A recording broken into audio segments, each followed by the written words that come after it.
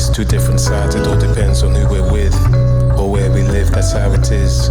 These different sides can coexist. Sometimes true life reminds me of the movie True Lies. It's like we've met before, but who were you and who was I? Which me did you meet? That applies to you too. Which version of you was I introduced to? No man can wear two faces, yet we all do. It's a must, so on that basis, which face do we trust? Just imagine talking to your kids the same way you talk to your friends. You probably shouldn't.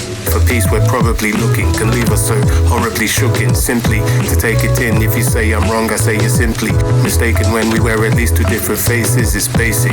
Face it, we're all competing for a space in this matrix. Your work voice is different from your home voice. Speak to your wife one way, speak different to your homeboys who put on a smiling face when they're talking to their mens.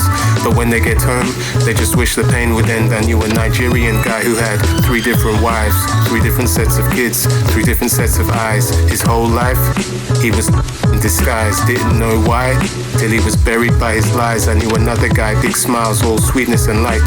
When he went home every night, he was beating his wife. Another parallel life, he was a pastor, famous in church. The truth came out, then he found his name was besmirched, sullied and tarnished. He was to blame and it hurt. Type of character stain you can't cover with varnish. I'm not lying, we're all lying.